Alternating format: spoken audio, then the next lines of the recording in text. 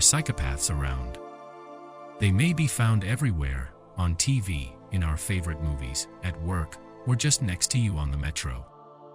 Up to 5% of people may have psychopathic tendencies, but before you start freaking out, take a moment to understand what being psychopathic entails. In the entertainment and media, psychopathy is arguably the most dramatized and discussed mental illness. Along the way, its definition has been distorted and corrupted.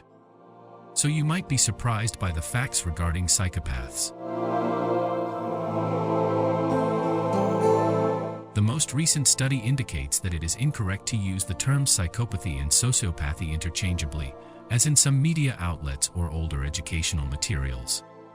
While both disorders share a weak sense of good and wrong and a lack of empathy, there are some important distinctions between them, and the key difference between them is conscience. A sociopath, on the contrary side, might very well realize that trying to take your money is bad and may experience regret. Still, it won't be sufficient to stop their abnormal behavior. Psychopaths, on the other hand, simply lack conscience. They will try to grab from you without feeling a twinge of regret.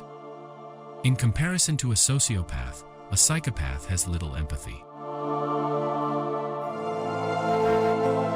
The lack of compassion, selfishness, and manipulation are the traits of a psychopath that matter most, not violence.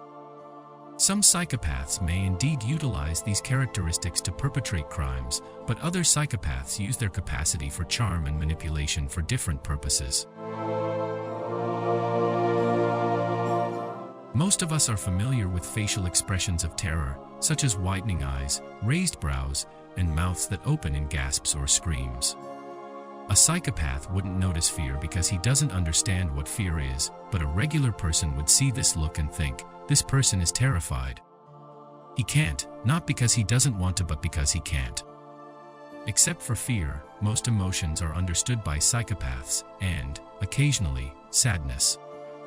Additionally, they struggle with both feeling and expressing fear. They have no idea what it's like to be terrified, so they have no idea how to react when they see fear in regular people. Despite years of inconsistent use of the word psychopathy in the medical field, it is now accepted that it is either a subtype or branch of antisocial personality syndrome. There hasn't been a definitive conclusion on the subject, despite arguments for or against the notion that ASD and psychopathy are interchangeable. A typical psychopath is characterized by a lack of empathy and compassion for others, selfishness, a lack of sense of shame, and a phony charm that only serves to sway others. Even though research has found that the select few female psychopaths studied are just as deadly as their men equivalents, their symptoms may differ. Another indication as to why there are so few known facts about psychopaths is that women are more prone to exhibit psychopathy through actions frequently mistaken for other mental conditions.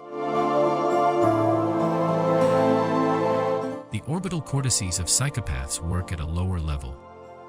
This impairs their capacity for long-term planning and impulse control and their sense of smell.